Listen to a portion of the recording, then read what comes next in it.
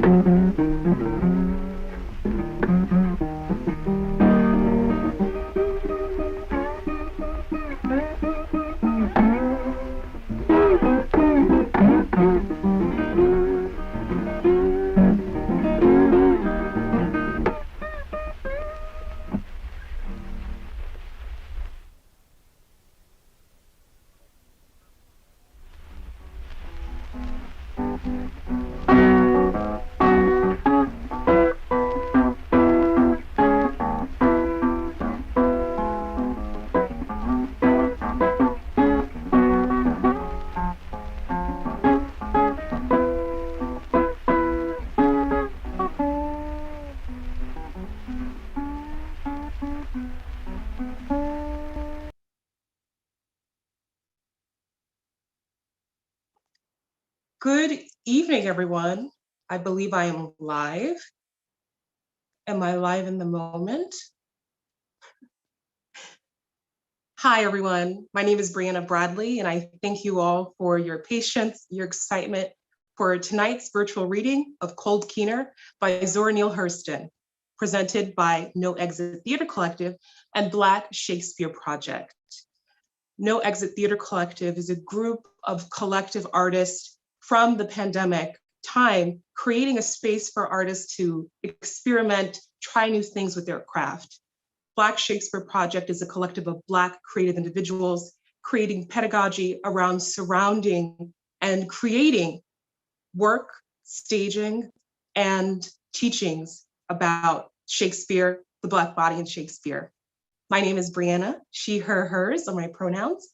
I have had the beautiful opportunity to be the dramaturg as well as a player in today's performance. So, Cold Keener is written by Zora Neale Hurston, who is best known for her written text, Their Eyes Are Watching God. But throughout her life, she was an anthropologist, a choreographer, a stage director, did immense amounts of research around African-American folklore. So tonight's virtual reading will showcase the beauty of Zora Neale Hurston's work. She wrote Cold Keener in 1930 and has a bunch of unpublished plays from 1930 to 1945, and it is now currently available at the Library of Congress. In between our production, in our sections, you'll be hearing songs from Zora Neale Hurston herself, the research that she did in her travels, in her writings, and in her interviews. So you will get twice the treat of Zora Neale Hurston. So on behalf of No Exit Theater Collective and Black Shakespeare Project, I am so happy for you all to enjoy the show. And if you're watching on Zoom, please mute your microphones and turn off your cameras. And if you're seeing us live on YouTube, feel free to drop questions into the chat after the performance, when we will have a talkback with the creative team as well as the cast. Once again, I'm so happy to present and open Cold Keener by Zora Neale Hurston. Enjoy the show.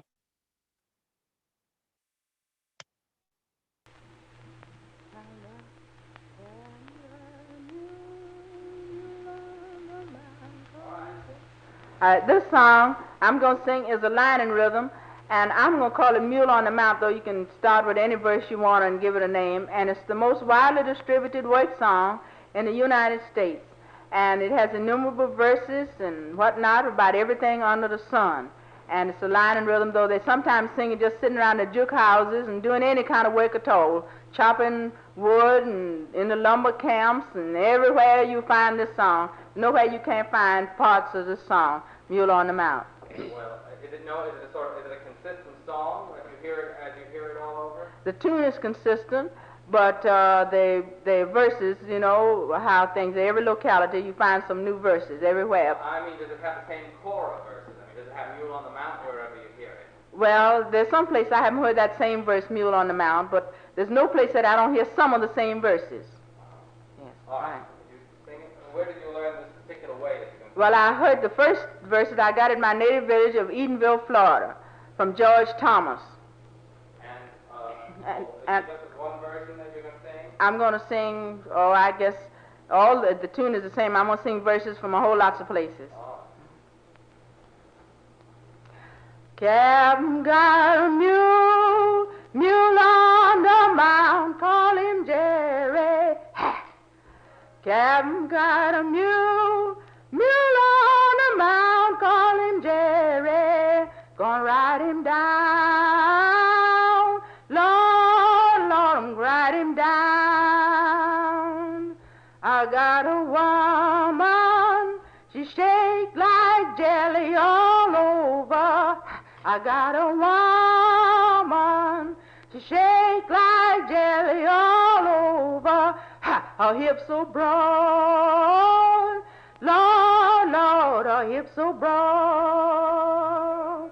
My little woman, she had a baby this morning. My little woman, she had a baby this morning. He had blue eyes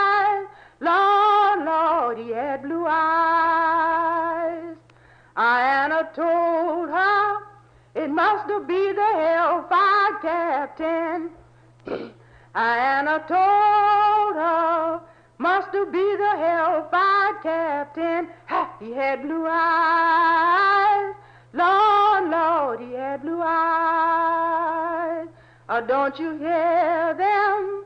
Cuckoo birds keep a-hollering. Ha, don't you hear them? Cuckoo birds keep a-hollering. Ha, it looks like rain. Lord, Lord, it looked like rain. I got a rainbow wrapped and tied around my shoulder. I got a rainbow wrapped and tied around my shoulder. It looked like rain. Lord, Lord, it looked like rain. I had me down 2, 3 cans of tomatoes. Oh, hand me down 2, 3 cans of tomatoes, a can of corn, Lord, Lord, a can of corn. I got a woman, she's pretty but she's too bulldozing. I got a woman, she's pretty but she's too bulldozing. She won't live long, Lord, Lord, she won't live long. When you hear that song, ordinarily sung, about how many verses would a man know? Oh.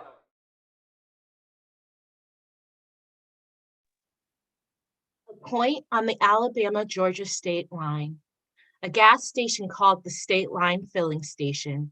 The proprietor is reared back in a chair beside the door of the station, asleep and snoring. It is a bright afternoon. There's the sound of a car approaching from the Alabama side, and a Ford rattles to the pump. He stops his car with a jerk. How many? 2. 2 what? 2 pints. The proprietor gets a quart cup, measures the gas, and rings the hose to be sure to get it all, then pours it in the tank. You better look at my water and air too. He has a very expensive and ornate cap on the radiator, but otherwise the car is most dilapidated. As the proprietor pours the water into the radiator, the driver gets out of the car and stands off from it, looking it over. It tells me you got a new mechanic around here that's just too tight. That's right. He can do more with them than the man that made him. Well, look at here. My car kind of needs overhauling and maybe a little point. Look her over and tell me just what you can make her look like a brand new car for. The proprietor lifts the hood and looks, walks around and studies the car from all angles, then stops at the front and examines the radiator cap. Well, I'll tell you. You see, it's like this. This car needs a whole heap of things done to it, but being as you's a friend of mine, tell you what I'll do. I'll just jack that radiator cap up and run you about a brand new Ford for about, $7,200. What the hen fire? You think I'm gonna let you rob me out of my car? That's a good car. Shucks. Car enters from the Alabama side with a good-looking woman in it alone. She stops somewhat ahead of the Ford. The proprietor rushes over to the left side of her car. Yes, ma'am. I had a flat down the road and I changed it, but it's not fixed. Do y'all vulcanize? We do everything but the buzzard loaf, and that's gone out of style. Do you want it on the wheel or on the spare? On the spare, I guess. The proprietor tries to put it on. The Ford driver tries to help. They get in each other's way. And man, let go of this thing. Don't you see I'm helping you? Let go. I can't utilize myself for you. The Ford driver lets go so silently that the tire falls to the ground. The girl grabs it before either of them and lifts it on the rack and gives it a good kick, and the tire goes into place perfectly. She gets into the car, hands the proprietor $1, and drives off.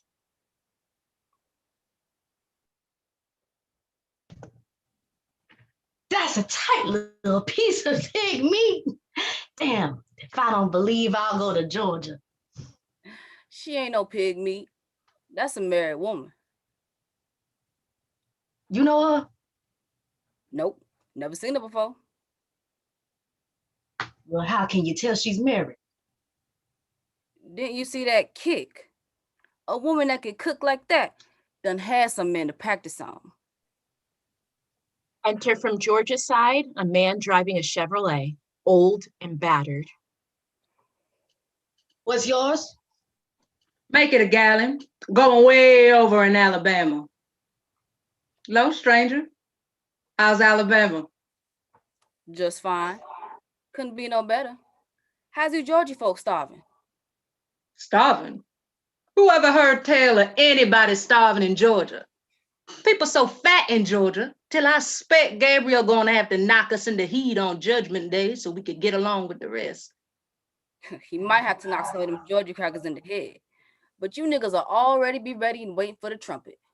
How come? Cause them crackers y'all got over there show is hard on zigaboos. Let me tell you something, coon. We got nice white folks in Georgia, but them Alabama rednecks is too mean to give God an honest prayer without snatching back, amen. Who you mean? I know you ain't talking about them white folks in my state. Alabama is the best state in the world. If you can't get along there, you can't get along nowhere. But in Georgia, they hate niggas so bad, one day they lynched a black mule for kicking a white one. Well, in Alabama, a black horse run away with a white woman, and they lynched the horse and burnt the buggy and hung the harness. Well, in Georgia, they don't allow y'all to call a white female mule a Maud. What they call her then? Miss Maud. And you know it darn well, too. Well, they tell me y'all can't go into a store and ask for a can of Prince Albert tobacco. Not with that white man on it. Nah, you gotta ask for Captain Albert. Well, they tell me they don't allow y'all niggas to laugh in the streets in Georgia. They got laughing barrels on certain corners for niggas. And when you get tickled, you gotta hold it till you can make it to one of them barrels and stick your head in. Then you can cut loose. Laughing in the old place just ain't allowed. Well, over in Alabama, if they tell a funny joke in the theater, y'all ain't allowed to laugh till the white folks get through. Then a white man, way down front, turns around and look way up in the peanut gallery and say, "All right, niggers, y'all can laugh now." They all just... That's all right. They don't allow y'all to ride no faster than 10 miles an hour. If you ride any faster, you liable to get in front of some white folks. Well, they don't allow y'all to ride nothing but Fords, so you can't pass nobody. Now, what's the matter with a Ford? What you asking me for? I ain't no dictionary. Nah, you ain't nothing. Or else you wouldn't be driving that old money rattler you're driving. You can't talk about no Chevy now. They got everything that a good car need. Speed! Oh boy! Yeah, about 8 miles a week. Till every time I look back, I see a Ford way behind. And every time I look in front, I see a Chevy in my way. On every highway, on every turn, on every hill, on every side road, you see a Ford hitting it up. And a Chevy passing it. That's a lie. And otherwise, you ain't really seen a Ford run yet. Now, I was going down to Miami, and I had that old car going 78, man. I went that same road and had mine doing 90. I mean, I was doing 78 on the curves. Otherwise, I was doing 150. That was dragging along. I was doing 200 and wasn't pushing her. Fact is, I was in second. Man, I was doing 150 in first. By the time I got as far south as Jacksonville, I was really running. Man, I come down that Florida number 4 going faster than the word of God. I was doing 300 in a second. You ain't lying. You sure was doing that. Because I remember passing you just before we got to Daytona Beach. I know I had done seen you somewhere. I'm a Chevy fool. You was a Chevy liar, because I wasn't on number 4. I was on number 2, and I passed everything on the road. Oh, yeah, you was on number 4. I seen you. I was going 400 miles an hour when I passed you, and I thought you was having car tire trouble. I didn't know you was moving. You was a 7-sided liar. I passed you before you got to St. Augustine, and I was airing out at 800 miles an hour. And I come by you so fast till my wind said, well. Ha! Don't you drive that damn Chevy another inch. Do, I'll come your head with this wrench and part it slap in the middle. Put her in neutral. Oh, man, don't be so evil. You know I got the best car. I don't know no such a thing. You's a great big old Georgie something ain't so. And look who buys them. I got a Ford. You got a Ford. Everybody who couldn't get a Chevy got a Ford. Know what, man? The angels in heaven, they flew a lick since the new Ford came out. How come? 'Cause the minute God seen them new Fords, he called up Detroit long distance and told Ford, send up 10,000 brand new Fords for my angels to get around in. And man, them angels is giving Jerusalem Street and Amen Avenue and Acre fits. Anyhow, nobody can't beat Ford at nothing he start. Know what he said to John D. Rockefeller? Nah, what was it? Well, they were sitting around woofing one day about how much money they had. So John D. told Henry, says, I'm the richest white man in the world. I got enough money to build a solid gold highway clear around the world. Know what Ford told him? Go ahead and build it. And if I like it, I'll buy it and put one of the 10 Lizzies in it. Know what they're going to have on the new Chevys? A lot of that. Nope. They're going to have a piano attached to a steering wheel and a radio in the ceiling. Ford is going to put 2 twin beds on each running board and a bath over the spare tire. And General Motors is going to put a horn in the back so you can tell the road hogs what you think of them after they pass. The Ford is going to be so you won't have to tell them. It'll know what you're thinking and tell them itself. Tell you how fast the Ford is. A gang of ghosts passed my house while I was sitting on the porch. My car was parked out front. Well, them ghosts was going at the rate of 10 miles a minute. My old man been dead about 3 years, and I seen him with these other ghosts, and I wanted to ask him something he forgot to tell us before he died. So I jumped in that Ford and ran them ghosts down and overtook him. Yes, sir. That Ford is a ghost catcher. They's too slow for my line of work. Me, I had done put in an order for a car when I seen that ghost convention coming down the road about 2,000 miles an hour.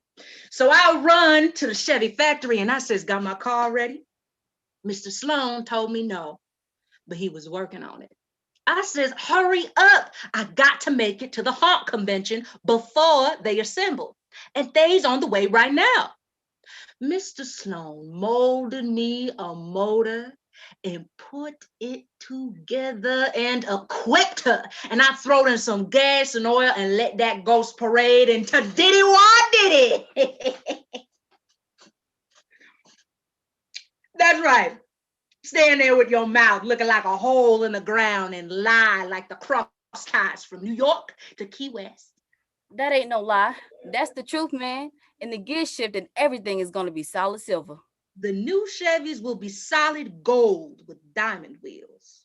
And the new Fords will have a lawyer in the toolbox. As soon as you have a collision, the lawyer will spring right out and begin to collect damages. You mean the garbage man will start collecting junk?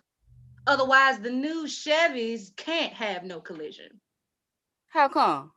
Because they're built against it. They got 2 sets of wheels. One set is put on crossways and they fit up right under the housing. On the straight road, when you see somebody about to hit you, you just press a button and the non-collision wheels will hit the ground and run the car right off the sideways. And on a curve, it's got low compression springs so it can just squat level with the ground and run right under any car that's too far to the left. Get that damn Chevy up off that ground and out of them woods. Come on and make me. I dare you to move. Fool with me, and 3 years from now, you'll be a 3-year-old aunt. Hey, boys, don't get too tonic now. Tell that crazy guy something. No how, no Ford don't have to go squatting around no curve, because the new Fords got wings and they flies around all curves and over bad places in the road. You way late with this flying business, big boy. The Chevrolet been flying. That's what Lindbergh flew to Paris in. A Chevy. Pull that damn Chevy down out the air. Put it on the ground before I send you to hell. Oh, y'all cut it out. Cut it out before I gets mad too. You a low down Chevy shover. You dirty Ford owner. I'm going home and get my 38 special. And you better not be here when I get back. Yes, and I'm going to get my 44 burner, and you better not be gone.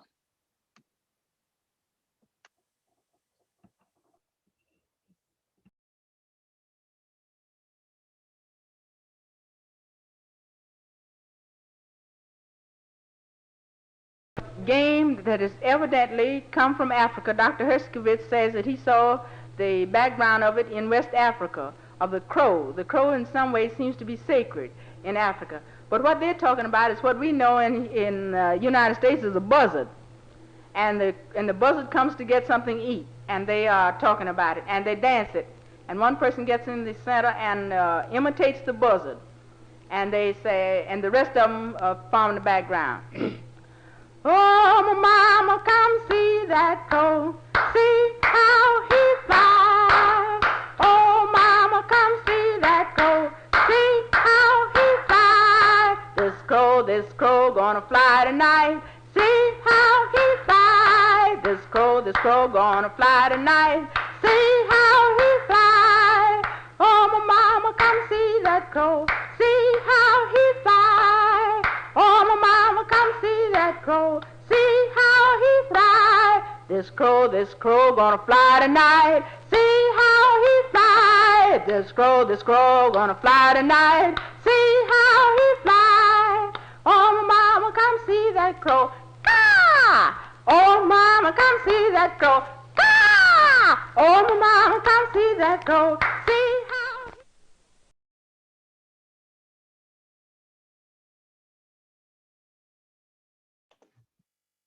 A city street in a colored town.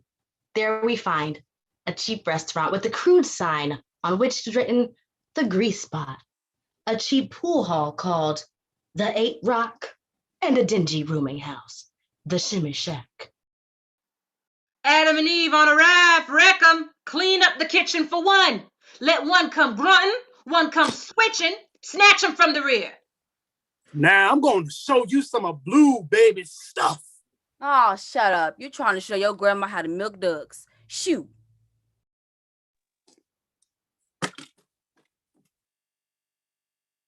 There's a sudden turmoil in the shimmy shack, and 3 shots are heard. The door flies open, and Cock Robin staggers out with 3 arrows sticking in him and falls dead on his back on the sidewalk. Crowds pour out of the doors. It's Cock Robin! That's him, all right, and murdered in the 1st degree. Who killed Cock Robin? I just know something bad was gonna happen. I dreamed last night the air was full of feathers. I don't know who killed him, but I do know he was due for a first-class killing. He gave these married men more aid and assistance than the Iceman. I don't care who killed him. Nobody better not cast no slams in my hotel. They better not say my shack ain't respectable, and they better not tell me my eye is black.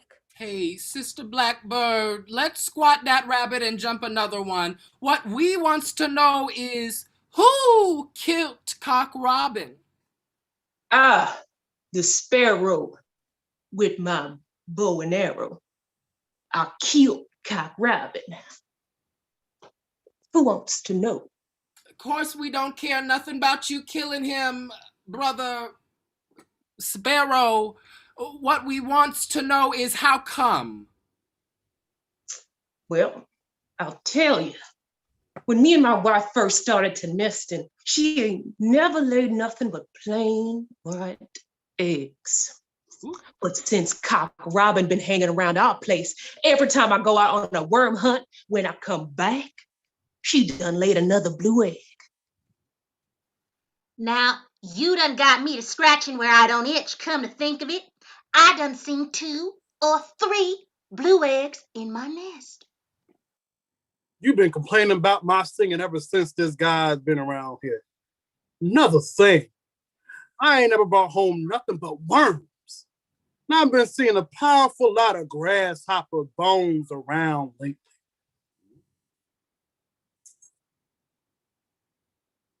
She's laying an egg, and it's blue. Robin egg blue.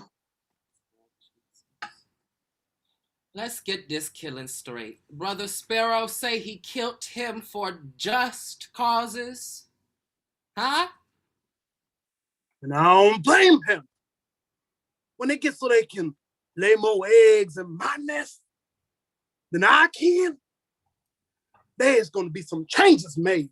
And who saw him die? I, said the fly with my little eye. I saw Cock Robin die. Tell us about it, Brother Fly. I was in the bee spot when I saw Mrs. Sparrow and Cock Robin pass, and I heard him say something was on fire. I don't know what. And he says to Mrs. Sparrow, "Come on up in the shimmy shack and let me put it out." And she says, "All right." So they went up, and the next thing I know, Bull Sparrow was killing him. Oof. Now, since y'all done voted me in as chairman of this committee, now we better make an arrangement about funeralizing him. He'll make his shroud. Hi, Mrs. Beadle with my thread and needle. I'll make Cock Robin's shroud. Thank you. And now, since I got a spade and shovel, I'll dig his grave. Now, who will mourn his love? I'll mourn his love. I can really mourn too, you know. Here. Order. Let's have some order. Don't need but one chief mourner. I'm going to put this thing to a vote and give the job to Sister Dove. She's had more experience in mourning than anybody else, so she'll mourn Cock Robin's love. Now, who will toll the bell? I'll toll that bell, Brother Owl. Now, wait a minute. How come I can't toll the bell? I ain't been signed to no duty yet. I said I was going to toll that bell, and that's all there is to it. I can pull it, and it takes pull to toll bells.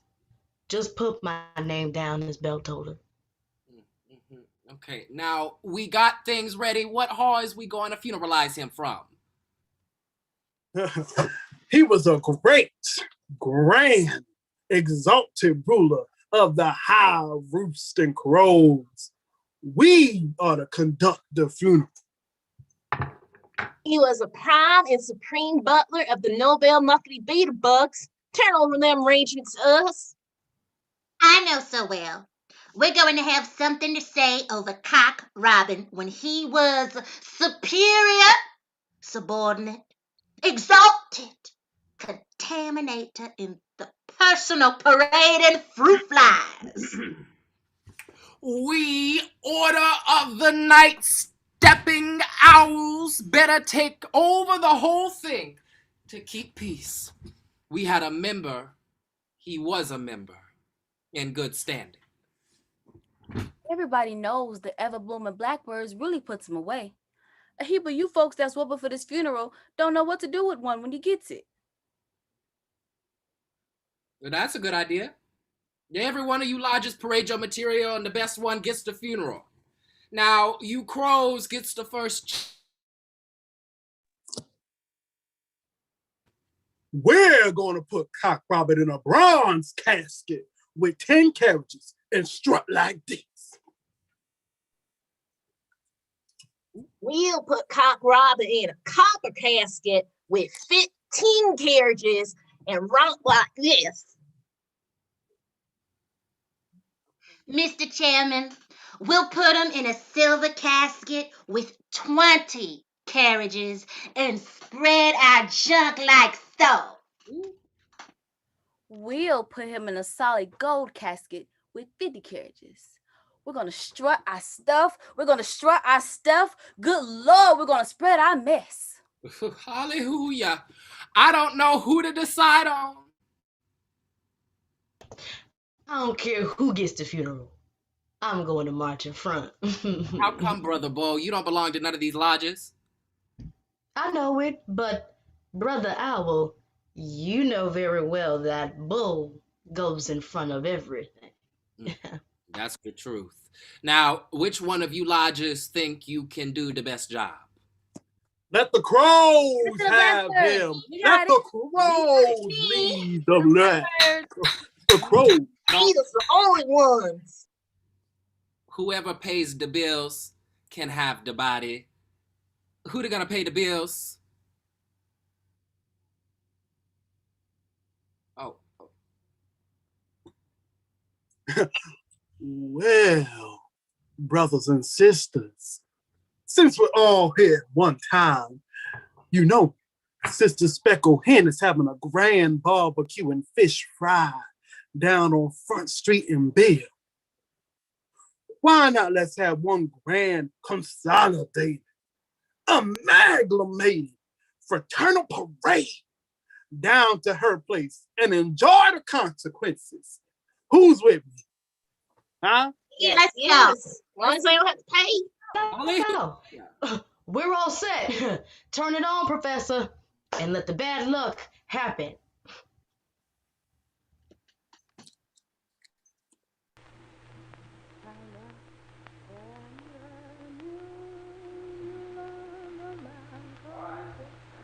This song I'm going to sing is a line and rhythm, and I'm going to call it Mule on the Mount, though you can start with any verse you want and give it a name. And it's the most widely distributed white song in the United States. And it has innumerable verses and whatnot about everything under the sun. And it's a line and rhythm, though they sometimes sing it just sitting around the jook houses and doing any kind of work at all, chopping wood and in the lumber camps and everywhere you find this song. Nowhere you can't find parts of this song, Mule on the Mount. Well, is it a consistent song? Like you hear it as you hear it all over? The tune is consistent, but the verses, you know, how things, every locality, you find some new verses everywhere. I mean, does it have the same core of verses? I mean, does it have Mule on the Mount wherever you hear it? Well, there's some place I haven't heard that same verse, Mule on the Mount, but there's no place that I don't hear some of the same verses. Yes. All right. You sing it? Where did you learn this particular way that you're going to Well, I heard the first verses I got in my native village of Eatonville, Florida, from George Thomas. And just one version that you're going to sing? I'm going to sing, I guess all the tune is the same. I'm going to sing verses from a whole lots of places. Captain got a mule, mule on the mount, call him Jerry. Captain got a mule, mule on the mount, call him Jerry. Gonna ride him down, Lord, Lord, I'm ride him down. I got a woman, she shake like jelly all over. I got a woman, she shake like jelly all over. Her hips so broad, Lord, Lord, her hips so broad. My little woman, she had a baby this morning. My little woman, she had a baby this morning. He had blue eyes, Lord, Lord, he had blue eyes. Anna told her it must be the hellfire captain. Anna told her must be the hellfire captain. He had blue eyes, Lord, Lord, he had blue eyes. Don't you hear them? Cuckoo birds keep a-hollering. Don't you hear them? Cuckoo birds keep a-hollering. It looks like rain. Lord, Lord, it looks like rain. I got a rainbow wrapped and tied around my shoulder. I got a rainbow wrapped and tied around my shoulder. It looked like rain. Lord, Lord, it looked like rain. I had me down 2, 3 cans of tomatoes. Oh, hand me down 2, 3 cans of tomatoes, a can of corn, Lord, Lord, a can of corn. I got a woman, she's pretty but she's too bulldozing.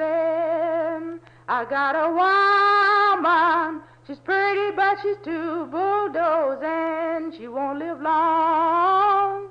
Lord, Lord, she won't live long. When you hear that song, ordinarily sung, about how many verses does a man know? Oh, I don't know as many as you do.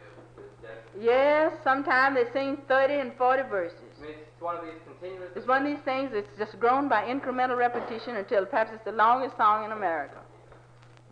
Not longer than Chip Track.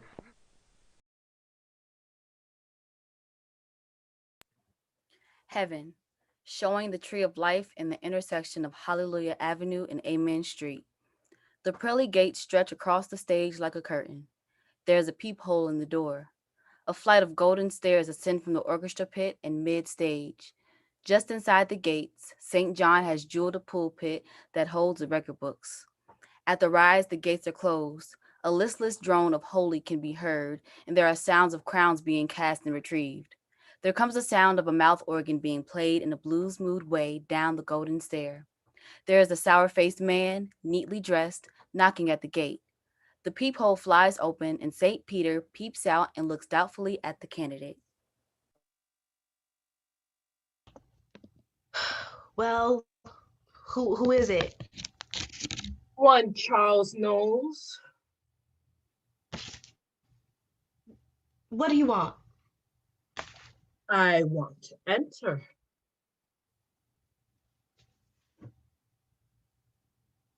You don't look just right to me. What good have you ever done? Well, one time I met a little girl and she was crying because she had lost her money, so I gave her 3 cents. Look on the books there, John. See if it's there.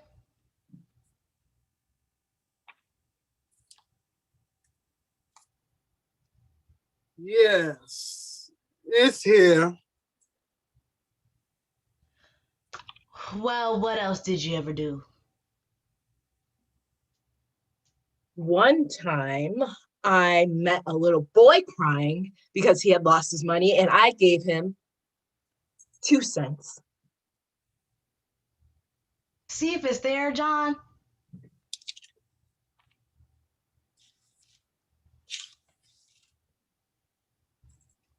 Yes, it's here. Is that all you ever gave away? Yes.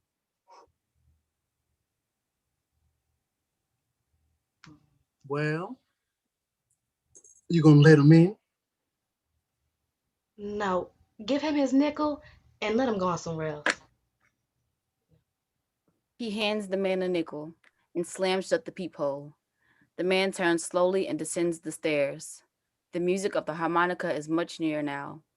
St. Peter opens the peephole and looks out with the pleased interest as the Negro with the torn hat and the general appearance of the roustabout ascends the stairs and stops before the gate. A dead silence falls. He takes his hat in his hand and faces St. Peter timidly. What's your name? Jim. That's what they call me. Jim. Well, come on in, Jim. We're mighty glad to see you. Where did you come from? From Johnstown. Didn't you hear about the Great Flood? Ooh, y'all ain't seen no water. That's all right about the water. We all seen it. Just go on with John and get fixed up. Everyone will be nice to you. John, take him and dress him up. Man, that water was 10 foot deep. You ain't never seen no water less than you seen the Johnston flood. Man, that was some water. Oh, John, where's my harp? Wait, it's right beside you. This here ain't my harp. Where's the one I've been playing all the time? That's in your coat pocket. As I was saying, I ain't never seen it rain like it rained in Johnstown.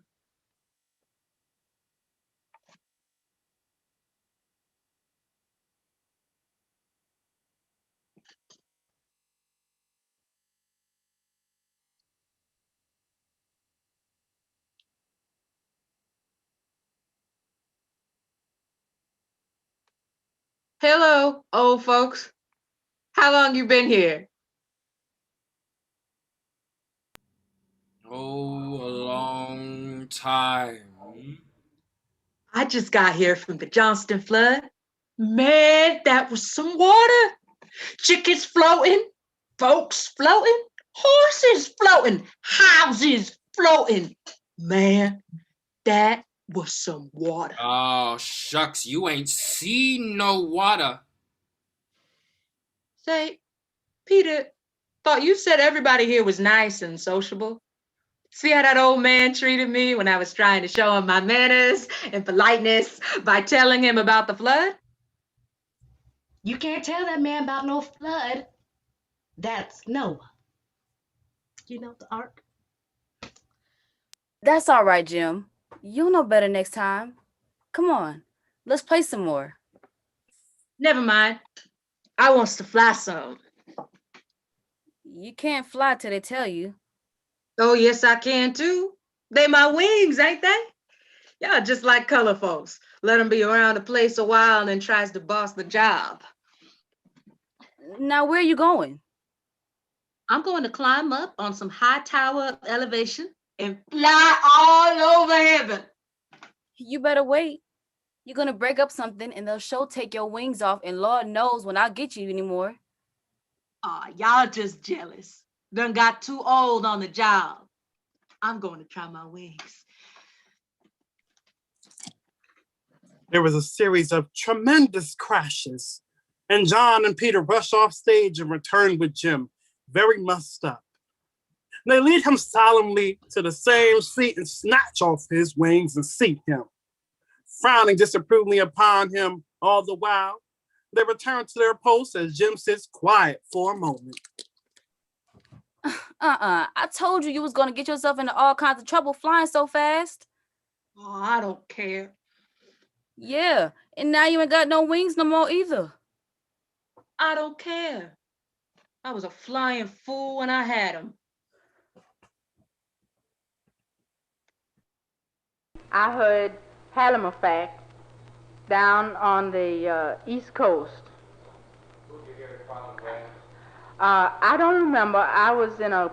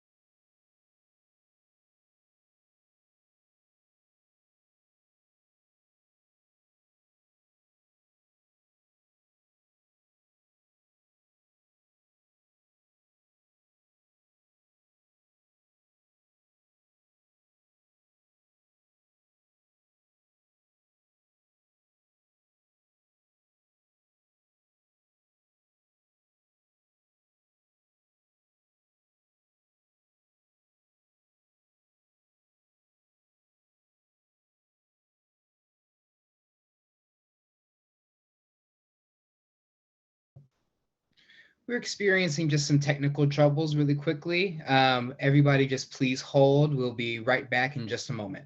Thank you.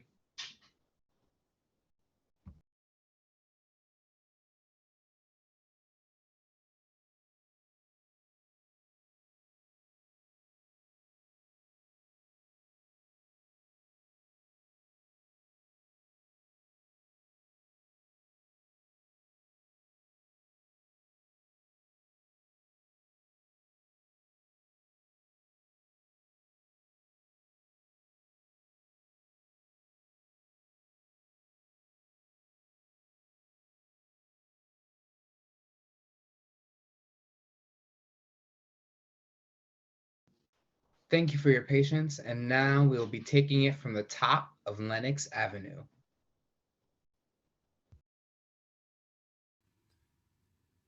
The setting, New York City, Lenox Avenue at 135th Street. Cars are whizzing past. It's busy. Oh, come on, leave me alone.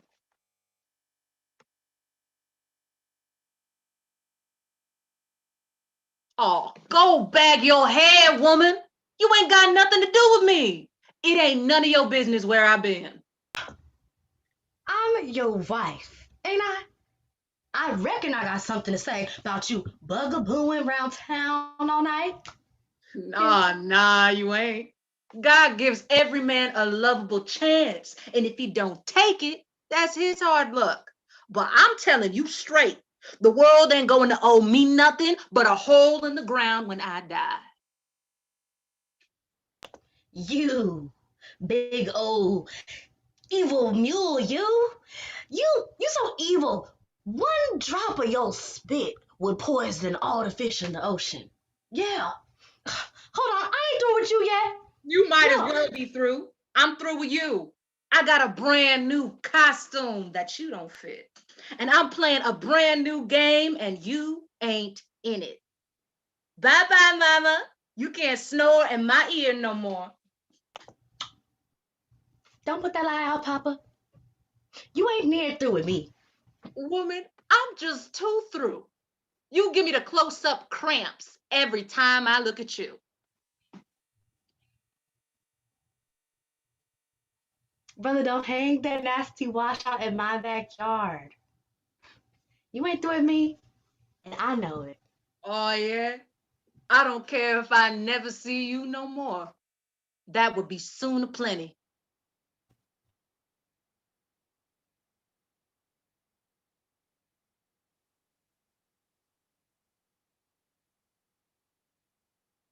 Oh, come on. Let's go home, woman. I hate to hear folks. You might as well stop all that rigging and twisting. I know you gonna want me some of me again. Cause I'm a damn sweet woman. And you know it. Oh, come on and let's go home, woman. I hate to hear folks fussing on the streets. Enter a street preacher with two sisters and a brother. The preacher has a pair of cymbals and a bag. The sisters carry tambourines. The brother has a soap box. He places the box on the curb and the quartet sing a song. Wouldn't mind dying if dying was all. The preacher mounts the box and speaks. A crowd collects. You folks ain't right. You needs to be born again. Now I see some of y'all asking, how can a man enter the second time into his mother's esophagus and be born again? And moreover, you don't pray enough. You get down on your knees and mumble something and jump in your beds. Why can't you pray in the bed? You know some of y'all does everything in the bed, but praise the Lord. Now let's sing, brothers. Get your packers ready. Let's pack on the rock. Hey, get the hell out of here, blocking the street. Lois! Lois! Why you running? Lois! Wait there a minute, baby. From now on, my name's lost so far as you're concerned. And otherwise, I don't want you following me around. Can't a man follow his wife? He sure can, but there ought to be a law against it. I done told you I don't want you no more, so give your shoe leather a break. Don't talk like that, baby. Here, take this money and have us a good supper when I get home from work. When you get home tonight, brother, I'll be spreading my jack in another town. With who? You wouldn't know, but baby, I'm gonna throw him some waves the ocean has never seen. Yeah, and you stand up here and tell me that just one more time and I'm going to beat you if they have a lawsuit in West Hell. You better not hit me, nigga. I'll hit you just as sure as Jesus rode a jackass. Ooh, I dare you to hit me. If you stick your rusty foot in my face, you going to jail. Jail? I'm going to jail. 'Cause there's a cop right there on the corner. And I'm gonna holler like a pretty white woman.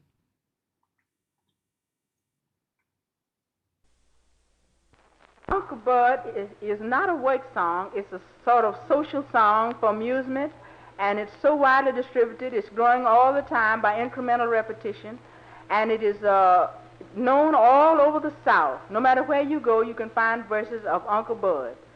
And it's the favorite song, and the men get to working in every kind of work, and they just yell down on Uncle Bud, and nobody particularly leads it. Everybody puts in his verse when he gets ready.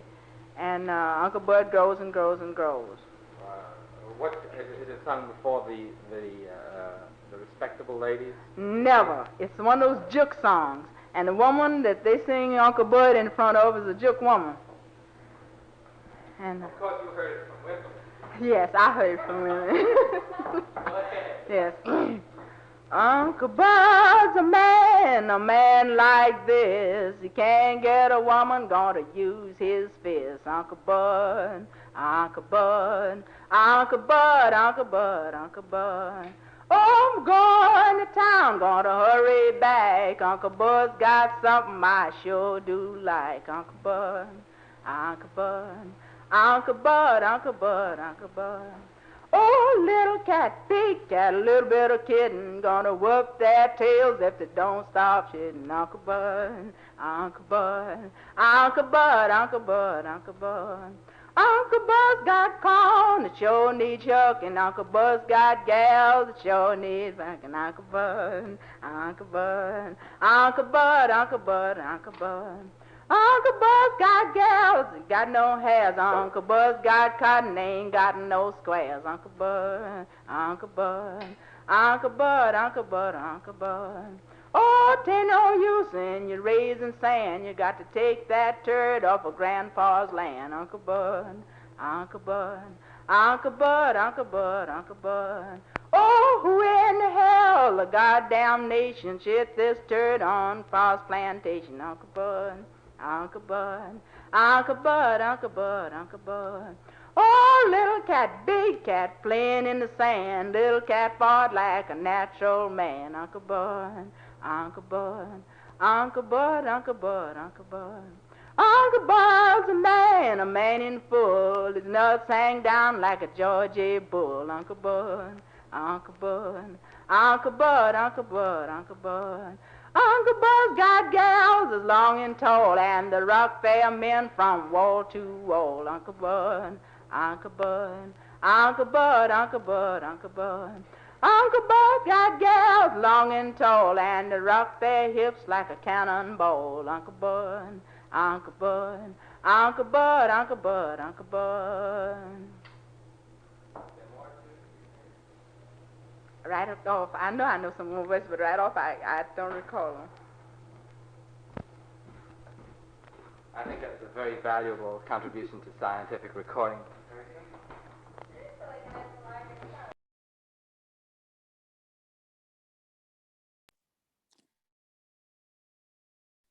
Old-fashioned schoolhouse in the deep south. At the rise, the pupils are all seated and attentive. The teacher is an aging man. They are large children and the girls are pretty. Everyone is neat and tidy but the oldest. Remember, this is Friday afternoon. As soon as we finish this lesson, we'll go into the recitation exercise. Pay attention to the lesson. Who's doing lunch? Come out here to Otis. I'll teach you how to keep talking when I say quit.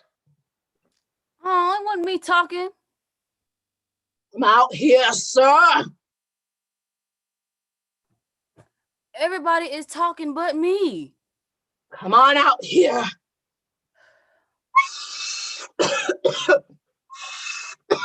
Dear Otis, I want you to hold your breath for 5 seconds and think about the worst moment in your life.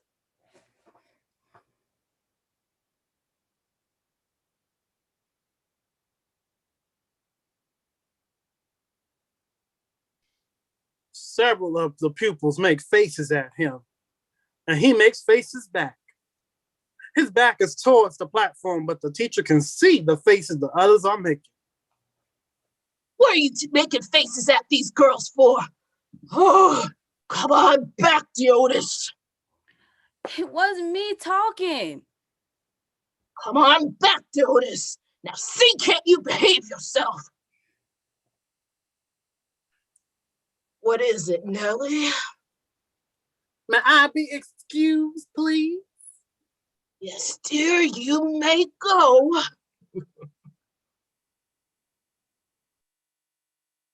What do you want? May I be excused? No!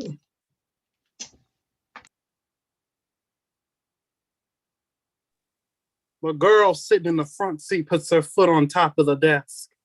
Teacher raises the ruler to reprimand her, but his curiosity gets the better of him, and he sits staring up under her clothes. The school titters. He catches himself and frowns. He glares down at the Otis. Come out here, Otis. Oh, you just picking on me because I ain't got no clothes. I ain't doing nothing. He goes up to the desk. While the teacher is thrashing him, the boy in the front seat sneaks out. The Otis returns to his seat, and then the teacher misses the boy and looks frantic. Where's Walter? He excused himself. Come on out here, Otis. Come on and fetch it to me. Don't make me have to come down there after it. And I want you to hold your breath for 5 seconds, and I don't know, just hold it because I'm too old for this mess. Go tell Nellie and Walter to come here, and don't come back here telling me you can't find them. Now we'll finish the spelling lesson and go on to the recitations. Anybody who don't know a speech today will get a good whipping and be kept after school. Walter, go on the board. Spell mouse. Walter goes and writes it correctly. Now spell cat. Walter writes P-U-S-S-Y.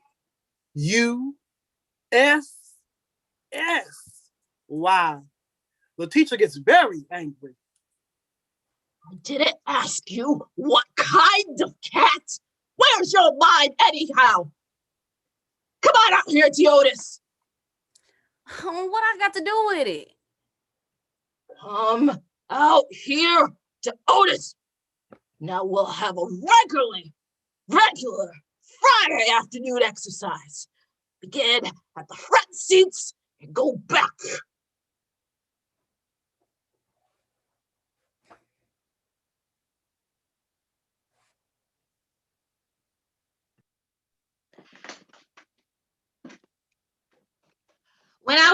little boy. All the girls call me cousin. Now I'm a big man and I love them by the dozen.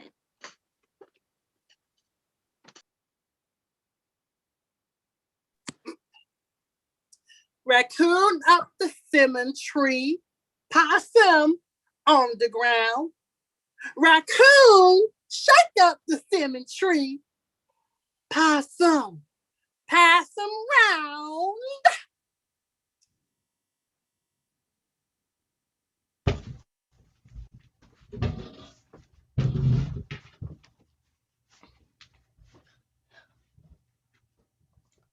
Little boy, who made your riches? Mama did the cutting, and Papa did the stitches.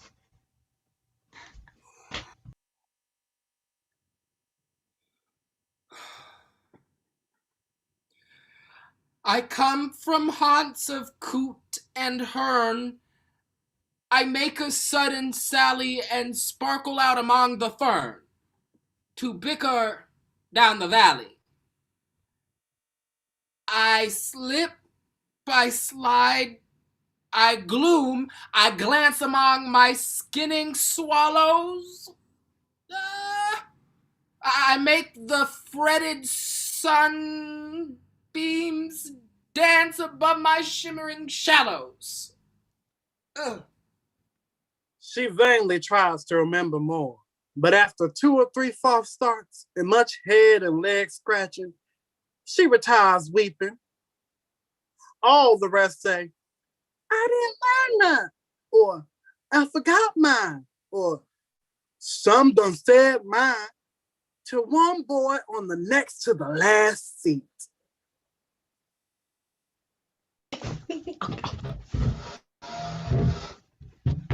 Little fishes in the brook, will he catch 'em with a hook? Mama fry 'em in the pan, Papa eat 'em like a man. Yeah. It's your time, Diotis. Come on out. Somebody done said mine.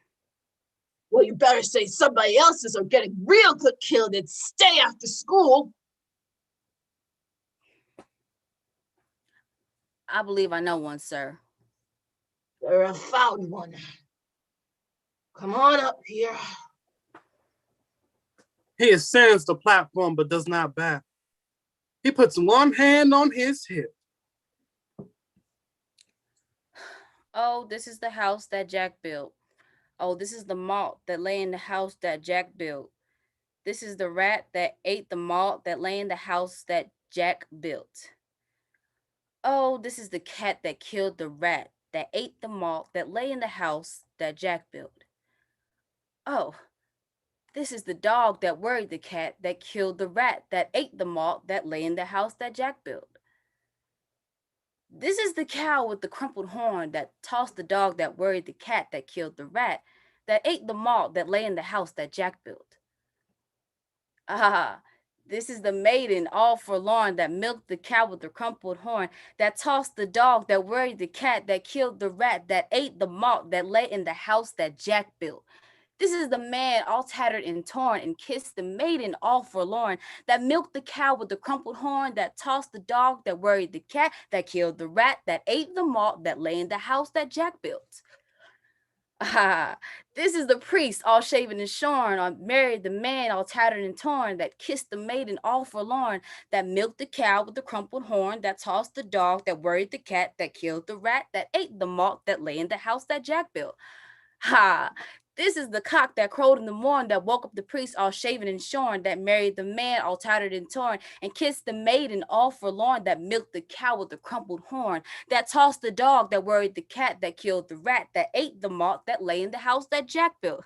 Oh, this is the fox that lived under the thorn that stole the cock that crowed in the morn that woke the priest all shaven and shorn that married the man all tattered and torn that kissed the maiden all forlorn that milked the cow with the crumpled horn that tossed the dog that worried the cat that killed the rat that ate the malt that lay in the house that Jack built. Ah, this is Jack with his hound and horn that caught the fox that lived under the thorn, that stole the cock that crowed in the morn, that woke the priest all shaven and shorn, that married the man all tattered and torn, and kissed the maiden all forlorn, that milked the cow with the crumpled horn, that tossed the dog, that worried the cat, that killed the rat, that ate the malt, that lay in the house that Jack built.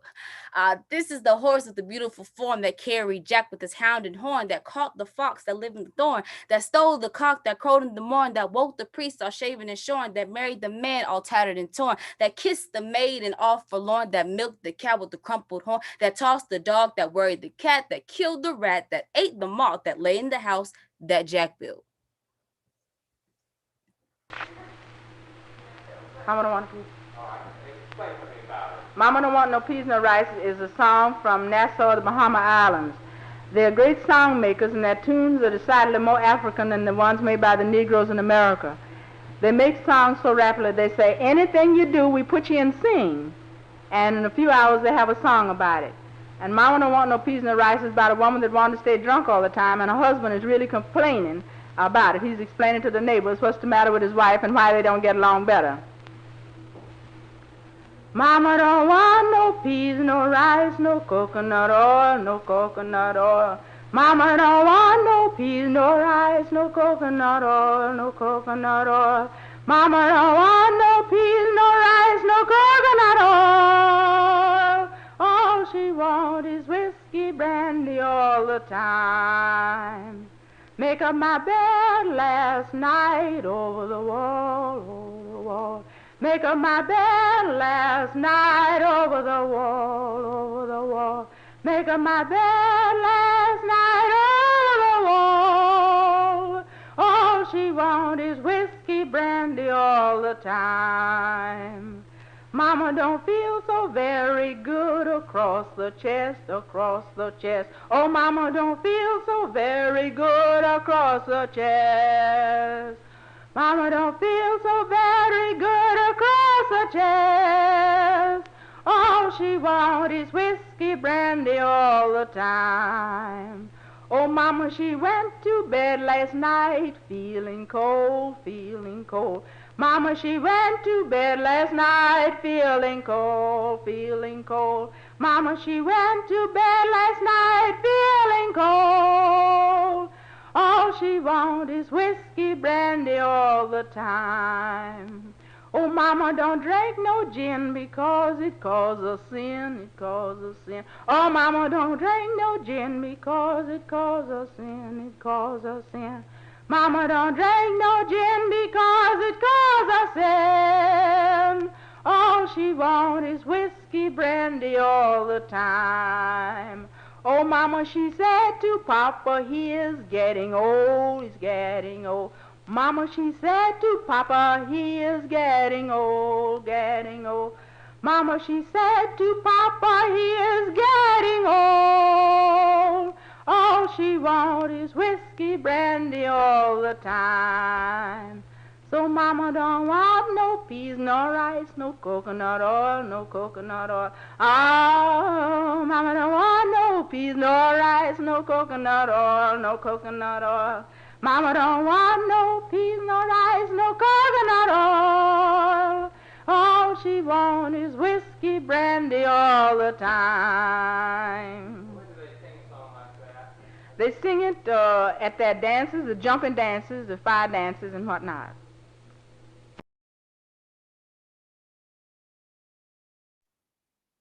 Harlem, 7th Avenue at 135th Street. At the rise, several persons are passing up and down the avenue. One man standing by himself as if waiting for someone. It is broad daylight. One man stops and speaks to him. Hello, good black. How you get 'em?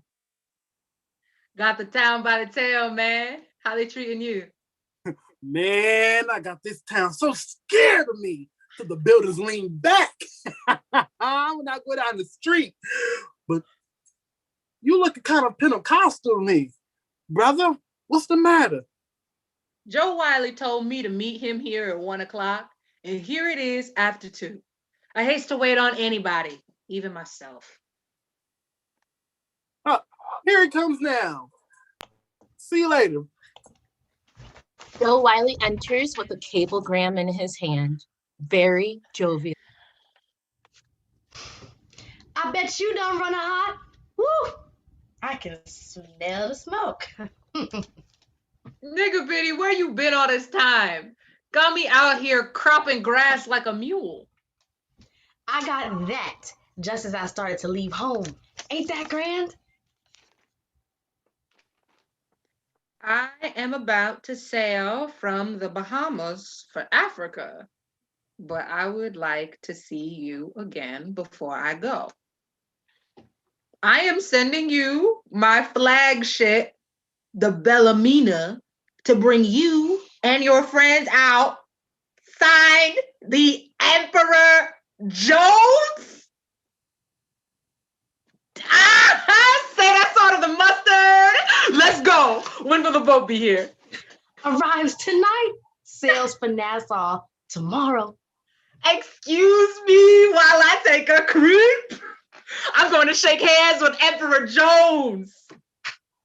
Come if you're coming. Let's go if you're going. They tip their hats to the audience and exit joyfully. The curtain descends for a moment. A ship's siren can be heard in the sounds of anchor and chains, shouts of greeting. The curtain arises on the ship warping into George Wharfs.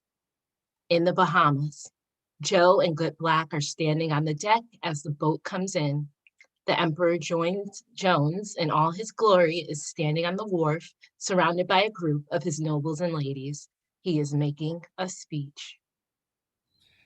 To Africa. When I get there with my conquering black legions, I am not going to ask Great Britain what they are doing there. I am just going to say, get out. I'm not going to ask France, what are you doing here? I'm going to say, get out. I'm not going to ask Belgium, what are you doing here? I'm going to say, get out. 90 days from now, I shall have an ambassador at the court of St. James. Huh? Clap for that. 90 days from now, I shall have an ambassador at the court of Paris. Oh, yes. 90 days from now, I shall have an ambassador at the court of St. Petersburg.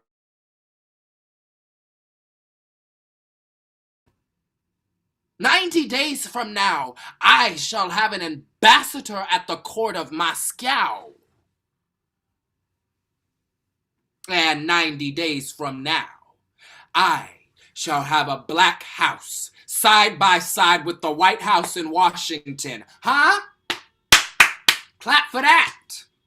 Board the fleet. Let us sail to Africa and freedom!" Joe and Good Black descend the gangplank and are ceremoniously received by Emperor Jones. My old friend, Joe Wiley. Your High and Mighty Majesty. and this is my friend, Mr. Good Black, who wanted to come along. Mighty glad to see you, Mr. Good Black. Now, I thought you might have brought some ladies along, huh? Sorry, the ones I could have got to come would have been in my way after I got here. I guess it's just as well you did it. But let me introduce you to the court. The court circles about him in review. As each passes and bows very low, he bawls out. Mr. Joe Wiley, Mr. Good Black, meet the Duke of Egypt. Got Lady Carrie Hawkins over here. Sir Willie. Jenkins. We got the KCOC Knight Commander of the Sublime Order of the Congo. Yes. Sir Lemuel Nixon, General of the Black Legions of the Duke of Guinea. Sister Jasper Blunt. Don't forget about her. Earl of Uganda. And Lady Mitty Harris, Countess of the Nile. Yes.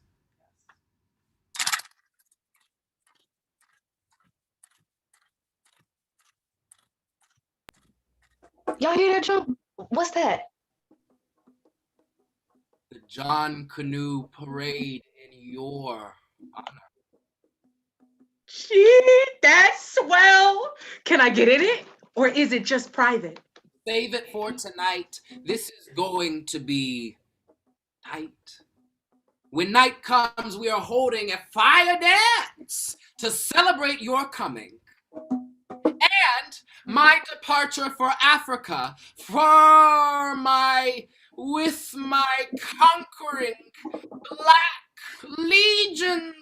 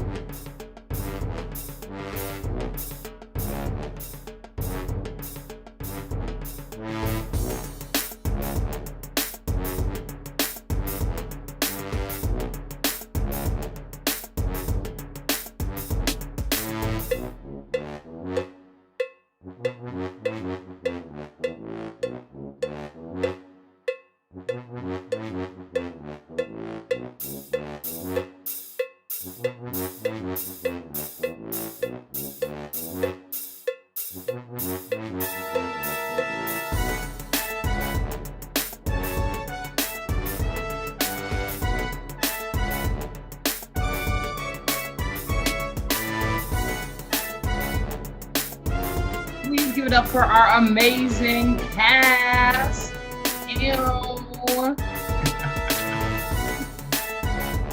Everybody, please take your bow. We have Eliana Rowe, Anita Okoye, Sade Murray, Nasir Postell, Ray Dubois, Essynce.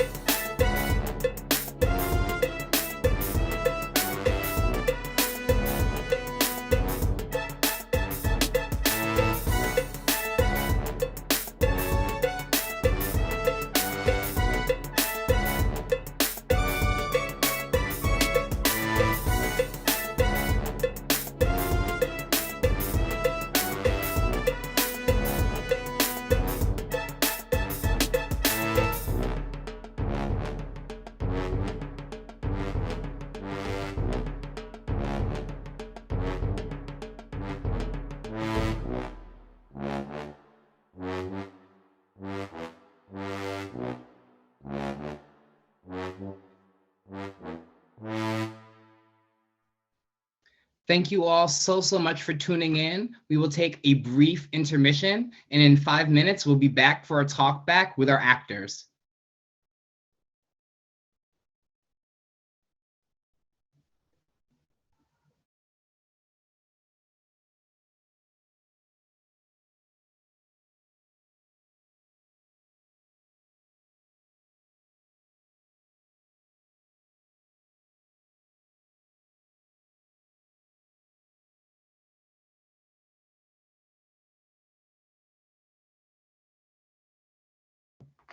Ooh, we can let that song play again while we're here waiting.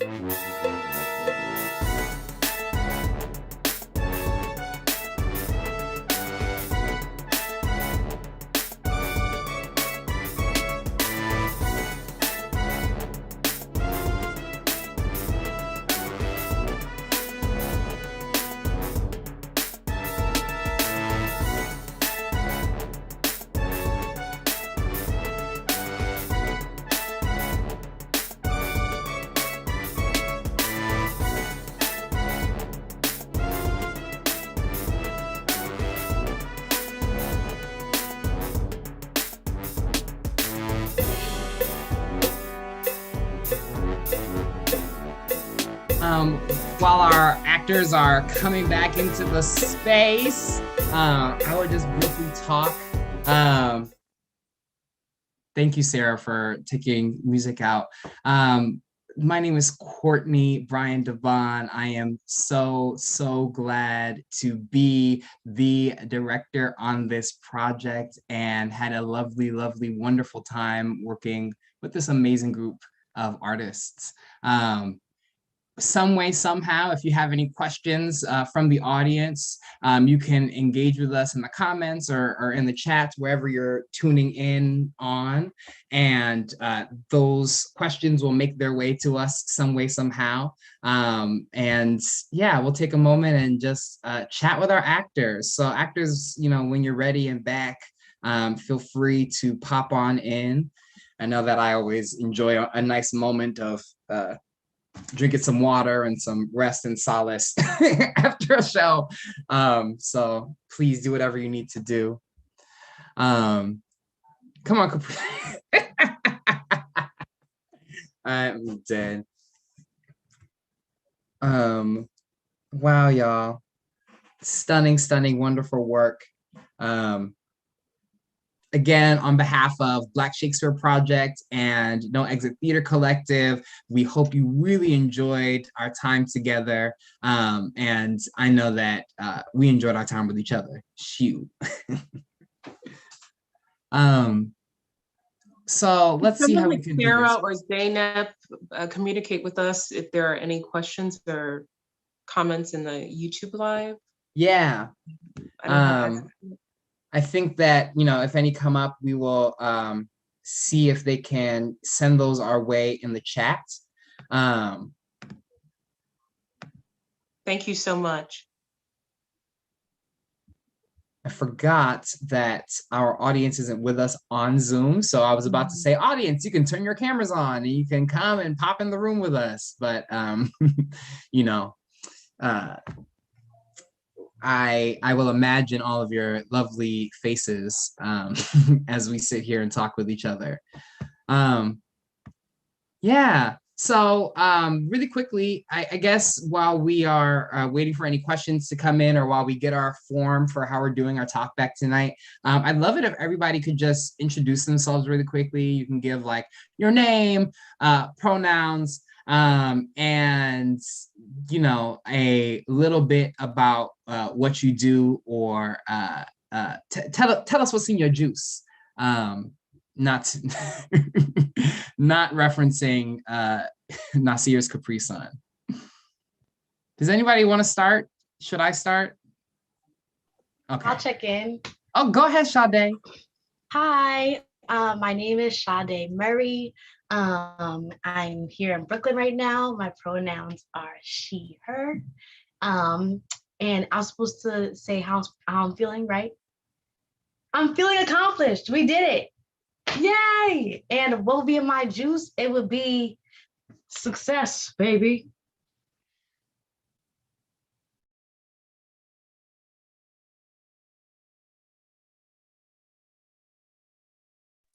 Okay, I'll go next, I guess. My name is Nazir Postell.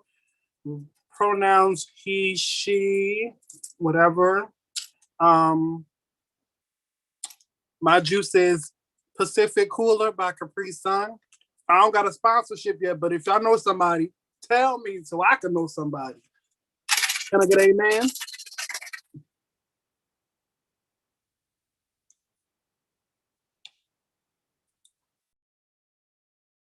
I'm Anita Okoye. My pronouns are she, her.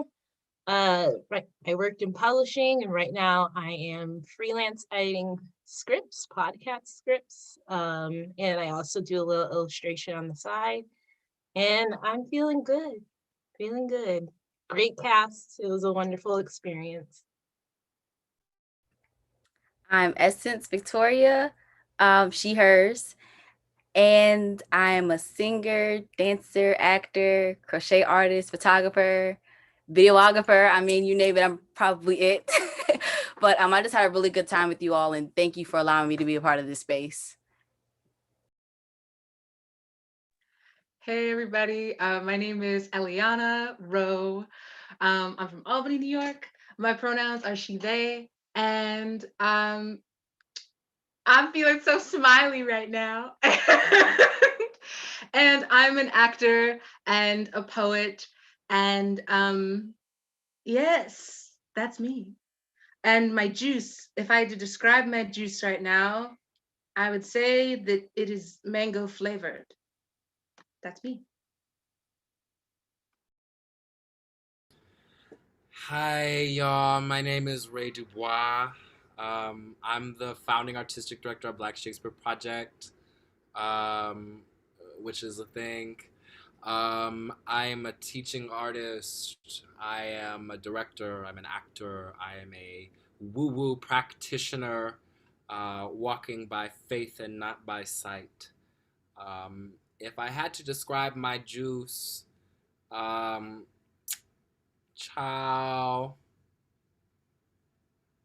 It's that new. It's that new. I don't know. That's all you're gonna get from me. It's that new. We working on a new thing. Somebody say new thing. Turn to your neighbor and say new thing. Wow. Hallelujah. Thank you. Hallelujah, holla back. Hello, my name is Bryanna. She is me, okay? Dancer, performer, person. I would say my drink would be Tang, something nostalgic that just hits all of the things. And I'm happy to have been the dramaturg in this project and a lot of the research here. And this review, so each one of the skits that you saw us perform weren't necessarily connected to each other, weren't necessarily in chronological order, but they were just these like little snapshots of Black American life. And it was really amazing to see all of the talented actors here really work with the material.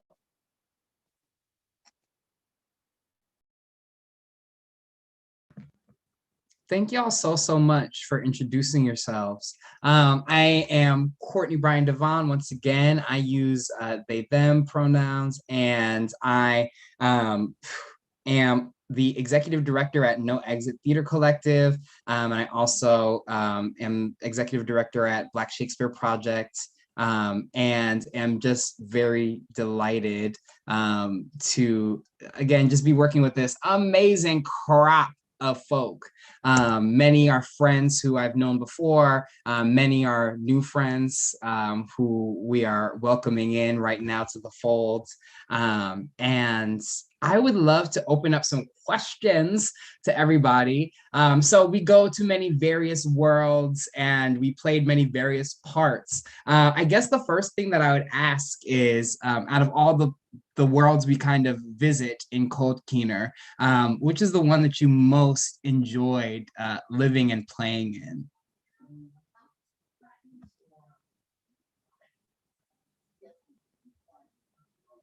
Anybody can answer. For me, I would say I like the house that Jack built. That was my favorite one because I got to wear this cute little red little wig. Y'all seen it was a new wig. And I got to be a little kid for a minute with my Capri Sun. You know, I always wanted to be a little kid. I never got to be a little kid. So that was fun for me. I really like Cock Robin and hearing all the different voices we had to give. I like that one.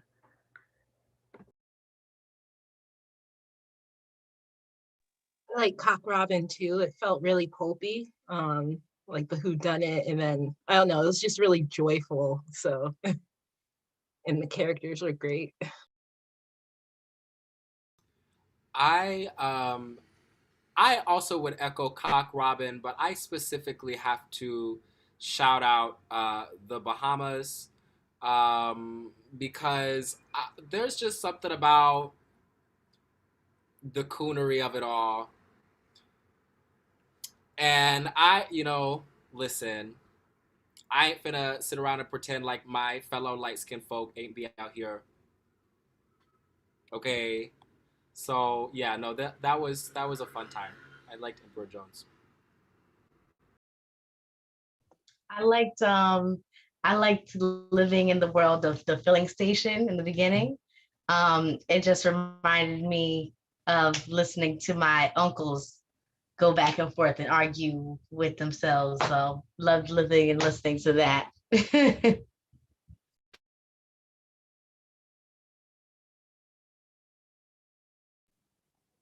Anybody else before we answer a question from Brandy? Eliana, you might have been just out of the room when we were talking, but we were asking what was our favorite world to live and play in through our journey in Cold Keener. Yes, sorry, I'm trying to fix my video. I don't know what's going on with technology, but yeah, no, I think that my favorite would probably also have to be a house that Jack built. I love it so much. I love the play between the students versus the teacher and how we all end up galvanizing and supporting Otis in the end as he does his stuff. So yeah. Thank you so much. We have a question from our audience, and it is asking, who was doing the song? She has a beautiful voice. The voice we heard was none other than Zora Neale Hurston herself, who was the author of this play, who is the playwright. And Zora goes and through her career as an anthropologist, in addition to her career as a writer, she travels through the American South and collects a series of songs, stories, and other elements of culture. I really appreciated the Library of Congress in researching for this show, because there was a huge wealth of songs and information that she's collected available to listen to and engage with on the Library of Congress website. I'm sure that some way, shape, or form, we can share some of those resources to get up into Zora's work and where it's available, because it was delightful to stumble upon. We also have another question that asked us as collaborators, as actors, could we feel our ancestors when doing this work?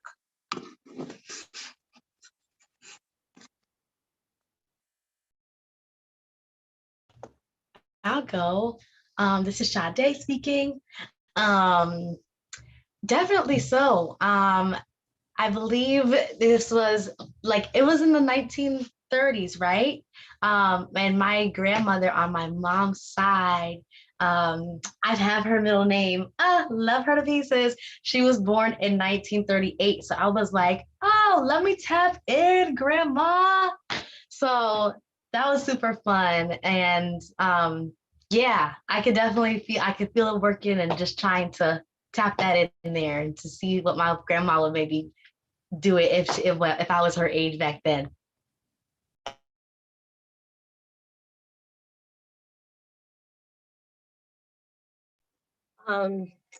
Courtney and I, we briefly talked about this, but it was like an opportunity to connect with like family alive now, especially like we have Southern family. So there was just almost like reliving the spirit of those times of like almost being able to see your relatives, like to hear the twang, the accent, and the musicality of the language. It was a nice reminder of that.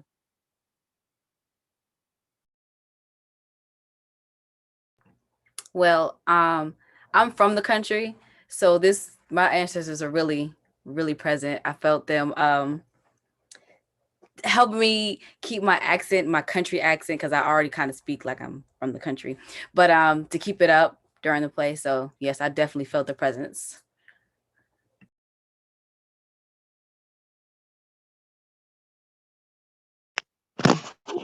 Child, my camera fell. Child, the zoometry of it all. All right, so for me, I really enjoyed hearing the words, the lyrics of Cold Keener, because, you know, my father's side of the family, they are a long line of gospel singers from Georgia, and my mom's side of the family is from South Carolina.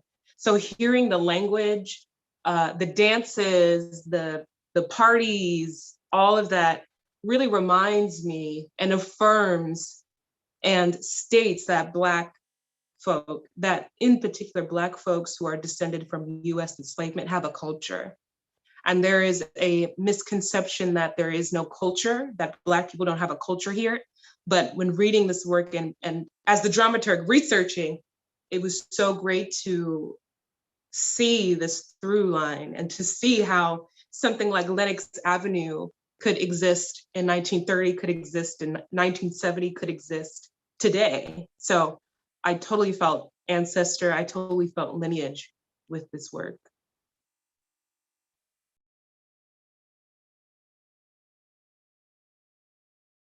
And I think we have time for like one more question or thought or final things they want to get off their chest type thing.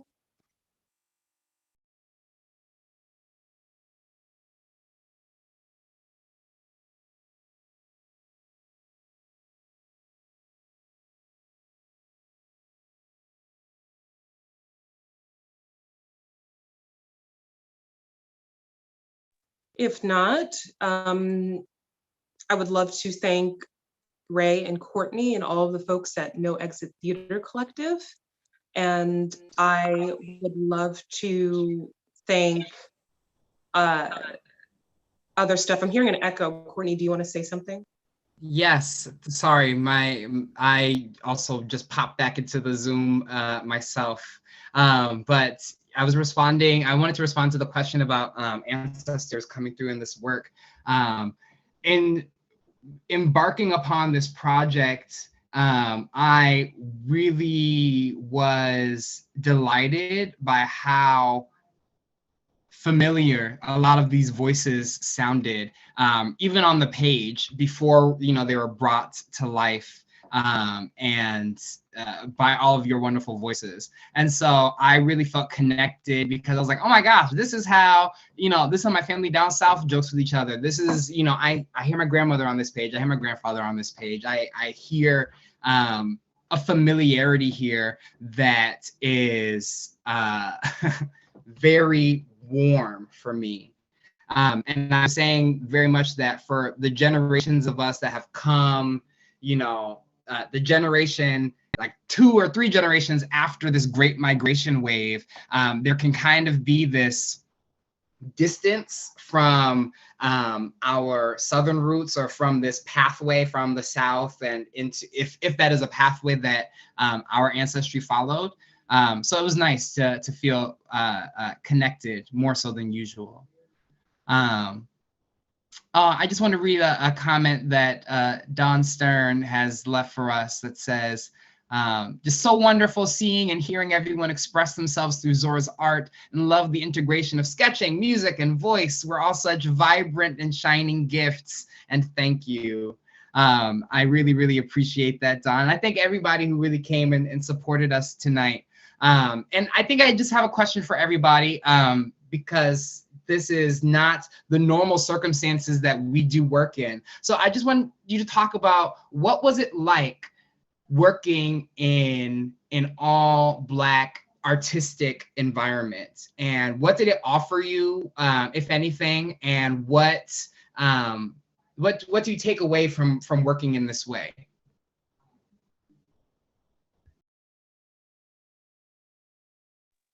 I'll go. Oh, sorry. No, wait, go, Anita.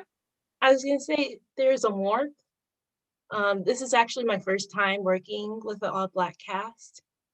And it was just, yeah, it's a very singular experience and like a thread of connection. And yeah, like I said, I felt warm. It was a wonderful feeling. It was an honor. Yeah, I completely yes and amen that statement. It felt like it was easier to play in this space because of that. I feel like in many a theater space, there's like an emphasis on like playing and trying things, and as an actor, I have to like rev myself up to get comfortable to do that. But I felt like here, there was no need to rev, which was like a gift to find ease. So yeah, that's what my experience was like. I second or third everything you all just said.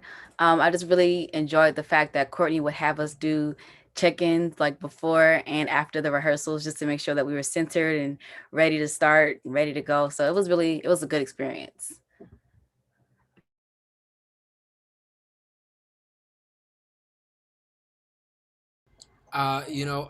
Courtney said they're playing music downstairs. I love it. Courtney said that, I hope y'all had fun, watching us. If you didn't, we did. And I feel like that's my experience of working in an all Black space. That sense of, it doesn't matter what the outer experience was, because the inner experience of being with other Black artistic minds, just in space together, even if it is virtual through a screen, being in space together but holding space for each other.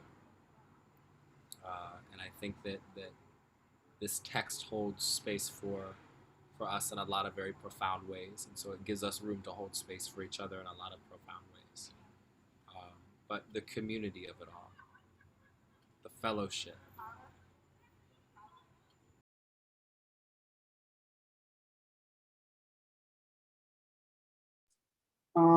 Honestly, for me, there was a sense of familiarity, like entering other spaces that I've been in before, because it's a current thing now to be doing Zoom-esque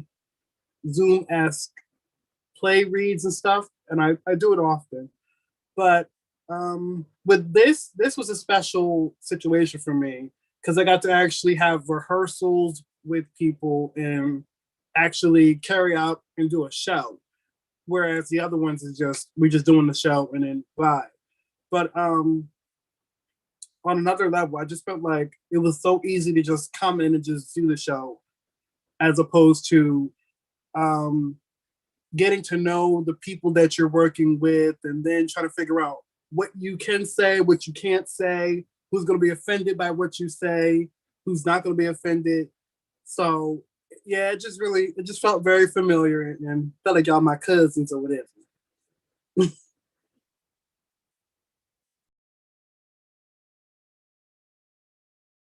Nasir, you gonna bring the potato salad, and I got you with the mac and cheese and the ribs and stuff, and we gonna collab. Period. Period. Yes. But with that, it's felt like, a sense of kind of comfort from day one. And yeah, in the sense of ease, literally just like reverberating like off of what everyone else has just said about like how it feels to be in an all Black space, whether it's for the first time or like a few times again. It's just like, it's a few times for me now, but each and every one is like, it's a petal, it's a flower that I've never seen before, and it's like a new petal, and it's just like, ooh, this is nice. Like, what are we gonna do here? And like, this is special, you guys. We like, this is special. It feels like that every time, and this week was so lovely. Every rehearsal, I left feeling much better than when before the hours before then. Each and every time. So it was really an honor. And a pleasure to be with y'all. And I can't wait to work with you guys again. Everybody in this cast.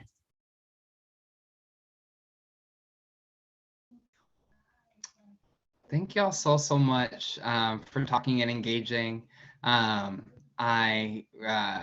This is the the way that I desire to work always now, and so I find myself constantly fighting to work in Black space. And so this is my last opportunity to plug in that at Black Shakespeare Project, this is inherently the way that we work. And in creating Black spaces to live in our artistry and our humanity, we are able to show up without the fear or baggage that comes with a space rooted in white supremacy.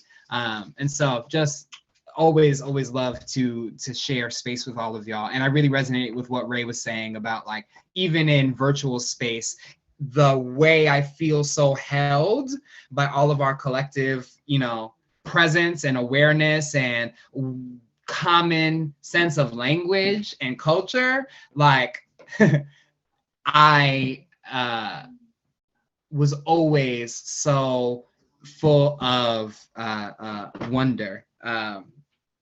Yeah. So that is us. That's how we work at. Oh yes, please, Ray, plug in. To that, I just want to say, talking about working in virtual spaces, because at the beginning of the pandemic, Courtney will affirm and attest that I was very anti-Zoom theater.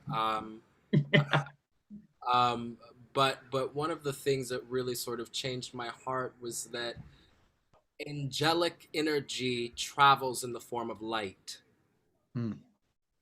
And so by being in this virtual space, even though we're on a computer, even though we're FaceTiming our grandmother, even though we're FaceTiming our friend, or texting or calling our friend, that we are having an angelic communication and encounter. I thank you so much for that. And once again, know that there is more work like this coming. I'd like to, really plug and celebrate the work that we're doing at No Exit and the work that we're doing at Black Shakespeare Project. If you don't already, which I imagine you do, I encourage you to follow us on social media. You can get in all of No Exit's things at No Exit TC. That is the @ NOEXITTC, period.